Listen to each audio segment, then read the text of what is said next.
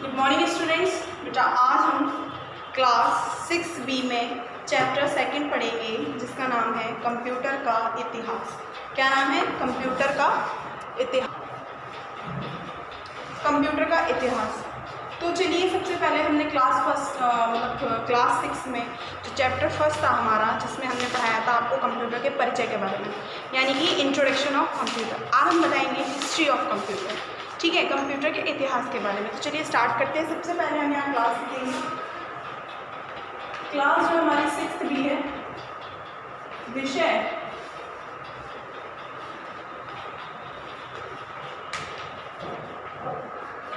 विषय जो है हमारा, सभी लोगों को मालूम है, कंप्यूटर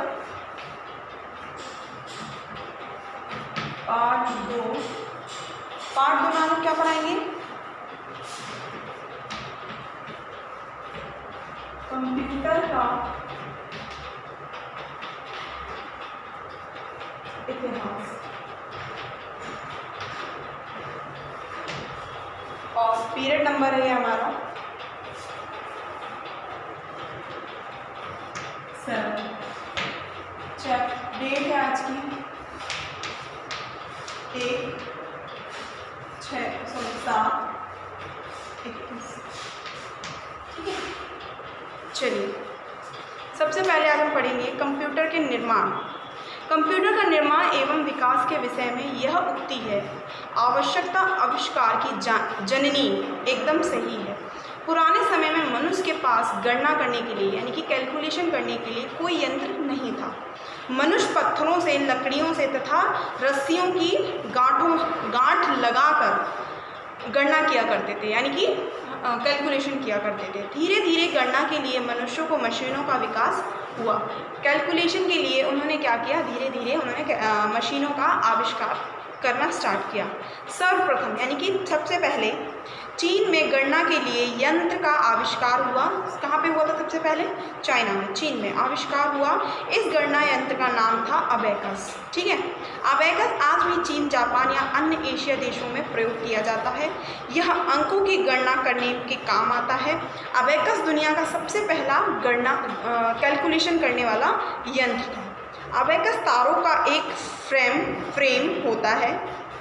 ठीक है, इसके चारों ओर प्राय लकड़ी की बाहरी फ्रेम होती है।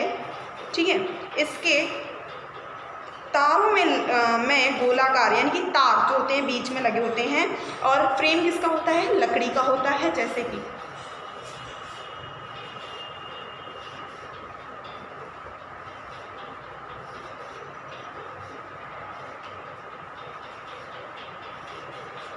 ऐसे, और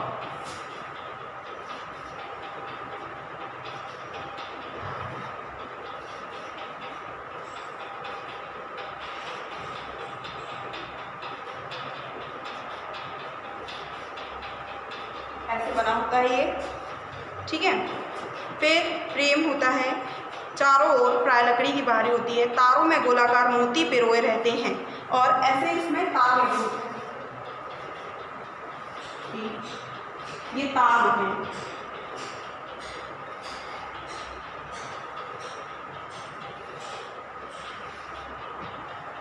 ठीक है, और इसमें क्या बताया गया है? इस तारों के गोलाकार मोती पोए रहते हैं। मोती पक्की मिट्टी या प्लास्टिक के गोले छिद्र युक्त टुकड़े होते हैं। प्रारंभ में अबेकस को व्यापारी गणनाओं करने के लिए काम में प्रयोग किए जाते थे। यह यंत्र प्राय आंकड़ों के जोड़ने, घटाना और गुणा व भाग करने के लिए काम आते थे। ये कहाँ पे? इनटू, डिवाइड, मल्टीप्लिकेशन, इन सब में काम आते थे। और इनमें मोती जो होते थे या तो लकड़ी के हुआ करते थे या तो प्लास्टिक के हुआ करते थे।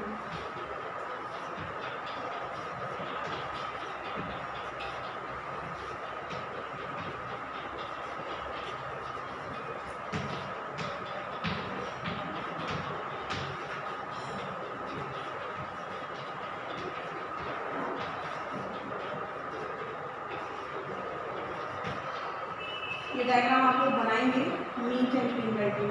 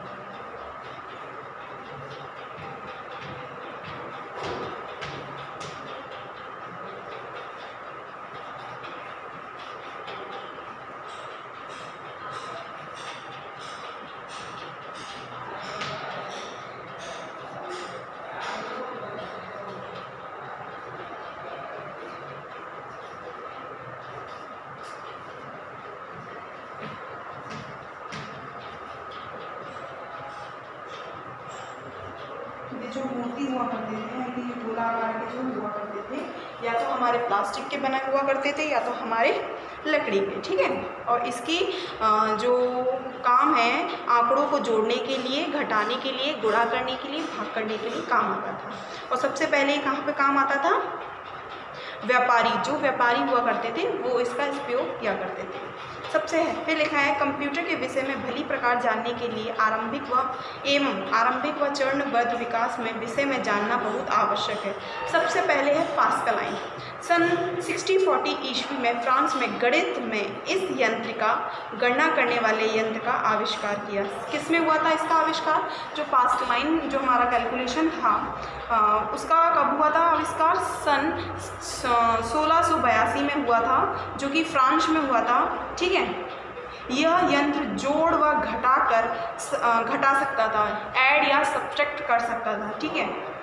ब्लेज पास्कल ने इस यंत्र का आविष्कार किया, अपने पिता की सहायता के लिए किया, जो कि एक सहग्राहक थे। मतलब ये जो यंत्र था किसने बनाया था?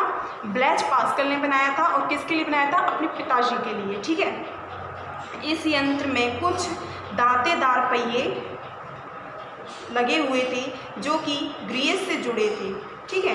प्रत्येक पहिया भिन्न भिन्न स्थानीय मानों जैसे इकाई, दहाई, सैकड़ा आदि के लिए था। प्रत्येक पहिए पर 0 से लेकर 9 तक के आंकड़े थे। जब एक पहिया 9 तक घूम जाता था तो स्वतः ही अगला पहिया एक अंक घूमता था।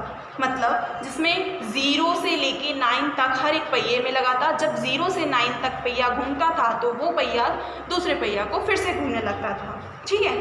फिर है रेकनिक मशीन। रेकनिक मशीन जो थी उसका आविष्कार सन 1971 ईस्वी में जर्मन गणितज्ञ ग्राटफर्ड वन लेबनीज के मशीन को विकसित किया। लेबनीज की इस मशीन को रेकनिंग मशीन कहते हैं। यह मशीन आंकड़ों को जोड़ना, घटाना के अलावा गुणा व भाग भी कर सकती थी। जो पास्कलाइन थी वो गुणा और भाग नहीं कर सकती थी, सिर्फ घटाना और जोड़ना कर सकती थी। पर ये रेकनिंग मशीन जो थी वो गुणा, जोड़ना, भाग और ये सब भी कर सकती थी, ठीक है। चलिए आज के लिए इतना काफ़ी है। ये आपको अपनी कॉपी में बनाना है। ये जो हमने बनाया है पास्कलाइन, सॉरी अबैकस।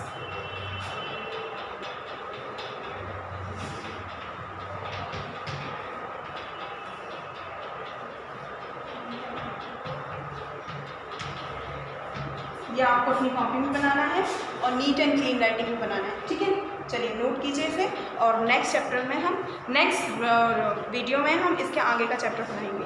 2-2 करके टॉपिक लेंगे जिसमें आपको समझ में भी आए और हमारा सारा हो भी जाए। क्योंकि हम एक्सरसाइज करेंगे तो एक्सरसाइज में बहुत से बच्चों को प्रॉब्लम आती है कि मैम हमें ये एक्सरसाइज मिल नहीं रही है। तो हम एक एक चैप्टर को, एक एक टॉपिक को जब अच्छे से पढ़ेंगे तो हमें सारी एक्सरसाइज अपने आप ही मिल जाएगी, हमें मेहनत करने की ज़रूरत नहीं पड़ेगी। तो अभी से नोट कीजिएगा, बनाइएगा नीट एंड क्लीन और ये ब्लैंक पेज पे बनेगा, ठीक है। आज के लिए इतना काफ़ी है। Thank you.